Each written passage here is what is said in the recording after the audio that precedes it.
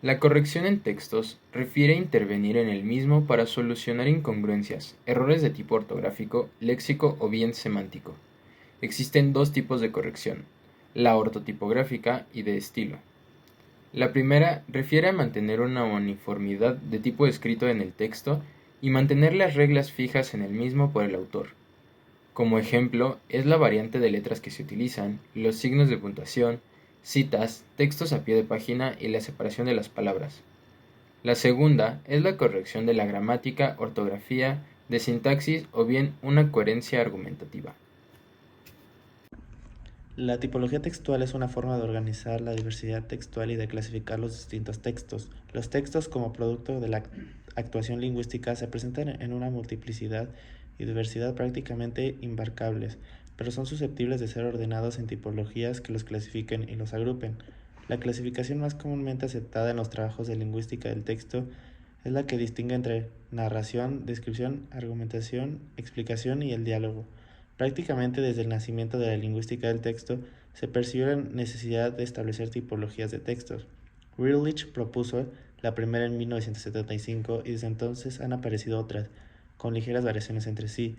Unas descansan en criterios funcionales, otras en esquemas organizativos o sobre criterios lingüísticos o cognitivos. Para leer eficientemente cualquier texto es necesario saber cómo está construido. Un texto generalmente consta de un título.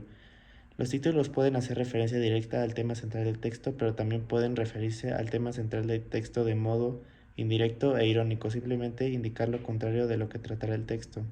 El que sigue es la introducción. Generalmente los párrafos iniciales de un texto o ensayo se introducen en el tema central o las ideas principales que se discuten a lo largo de todo el texto. La idea principal suele aparecer en el primer o segundo párrafo, en una oración completa o en varias oraciones.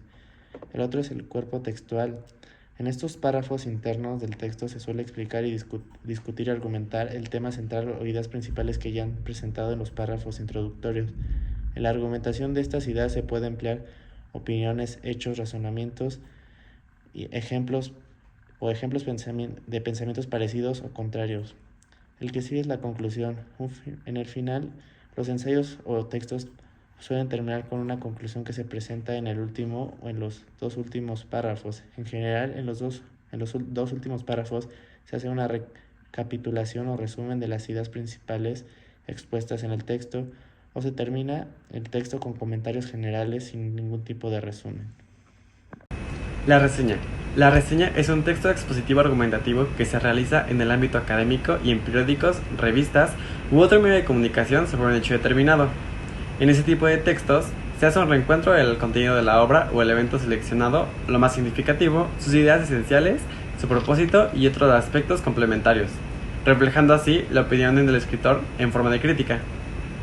Algunas características son que es de corta extensión, su finalidad es hacer que el público conozca la obra sin importar si se trata de algo científico, escénico, literario, musical o fílmico, se analizan los aspectos más importantes de la obra, sigue una estructura argumentativa, y este tipo de notas puede ir dirigida a un disco, libros, espectáculo musical o cualquier otra obra que amerite una opinión.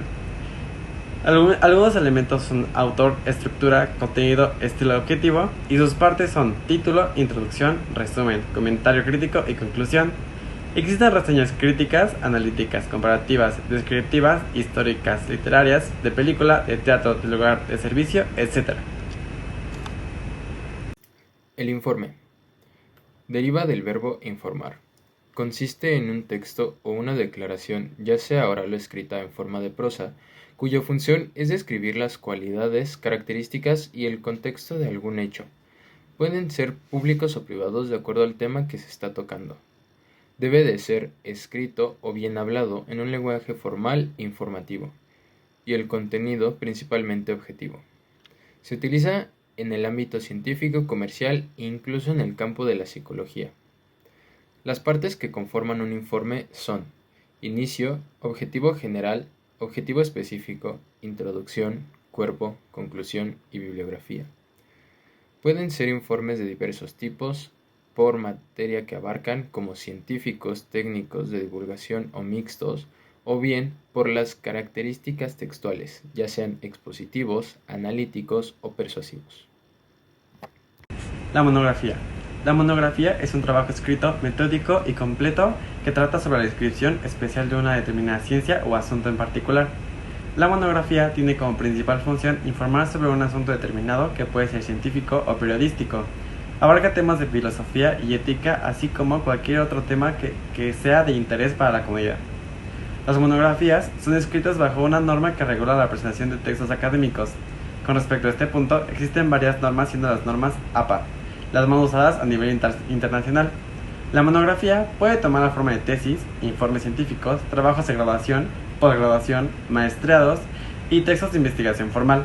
Algunas características son que la monografía se caracteriza por presentar formalmente un escrito con un tema de interés, con metodología, una estructura ordenada, objetivos claros e información de fuentes fidedignas. Se realiza en primer lugar seleccionando y delimitando el tema a tratar para así definir los objetos de estudio y metodologías cualitativas o cuantitativas. Luego se procede a investigar, analizar y recopilar información de diferentes fuentes. Con los datos recopilados se elabora un borrador que necesitará atención en la coherencia, clareza, ortografía y citas bibliográficas para llegar al trabajo final. Sus estructuras de la monografía son portada, dedicatoria o agradecimiento, índice general, prólogo, introducción, cuerpo de trabajo, conclusiones, apéndices o anexos y bibliografía. Y los tipos son monografía de compilación, de investigación y de análisis de experiencias. Hola, buenos días. Mi nombre es Roberto Carbuero Domínguez Testas y hoy vamos a hablar un poco acerca de lo que es el discurso. Un discurso es la explicación formal de un acto en el que se debe de comunicar algo. El discurso es generado por un emisor en un código específico, en este caso es el lenguaje, y a esto se le suma que debe tener un canal. Esto puede ser oral o escrito. Suelen presentarse a algún público, ya sea menor o mayor. Al ser un mensaje previamente preparado, se suele usar para generar interés en un público y orientar sobre el tema que se esté manejando. Los discursos donde más se usan son en unos actos académicos, políticos o económicos. En estos casos se suelen complementar con cualquier archivo para que sea más fácil de entender. Hay 4 tipos de discursos: narrativo, descriptivo, expositivo y argumentativo. El narrativo se basa en hechos que se comentan en un tiempo y espacio que pueden ser reales o imaginarios. El descriptivo se usa sobre todo para mostrar características de algún tema sin que sea opinión o entre valoración personal. El expositivo se informa de forma clara, objetiva y ordenada. Y en el argumentativo se intenta convencer o persuadir a la gente sobre algo. Las características del discurso son muy claras y sencillas. Debe ser preciso y no debe llevar una sobrecarga de información para que sea entendible hacia la audiencia. Todo esto se debe refutar con argumentos. Por ejemplo, un discurso acerca de un informe económico de una empresa se debe buscar la información más concreta y exacta posible. Verificable a qué se refiere, que debe tener fuentes que confirmen lo que se dice en el discurso y así evitar que pueda ser información falsa o incorrecta para el público.